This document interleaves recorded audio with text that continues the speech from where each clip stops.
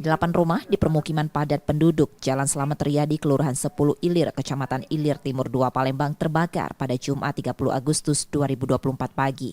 Kebakaran diduga berawal dari salah satu rumah dan merambat ke rumah-rumah sekitarnya. Banyak material rumah yang terbuat dari kayu membuat api cepat membesar.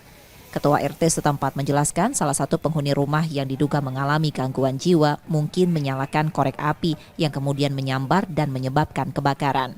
Tidak ada korban jiwa dalam insiden ini, namun seluruh barang milik warga hangus terbakar.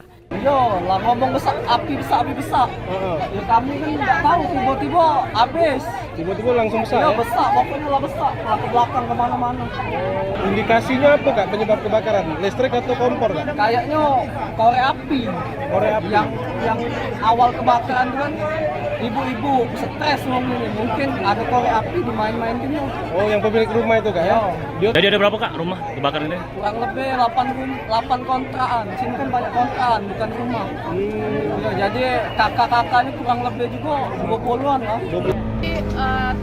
Unit identifikasi dari Polrestabes Palembang sudah datang melakukan penyelidikan. Kami dari Polsek Ilir Timur 2 sudah melakukan pengamanan dan juga membantu damkar serta warga dalam rangka pengamanan dan juga pemadaman api. Untuk korban jiwa tidak ada. Polisi masih menyelidiki penyebab pasti kebakaran. Api baru dapat dipadamkan setelah 5 unit mobil pemadam kebakaran dikerahkan ke lokasi. Reski Oktora, Muklas Diferensial, Kompas TV, Palembang, Sumatera Selatan.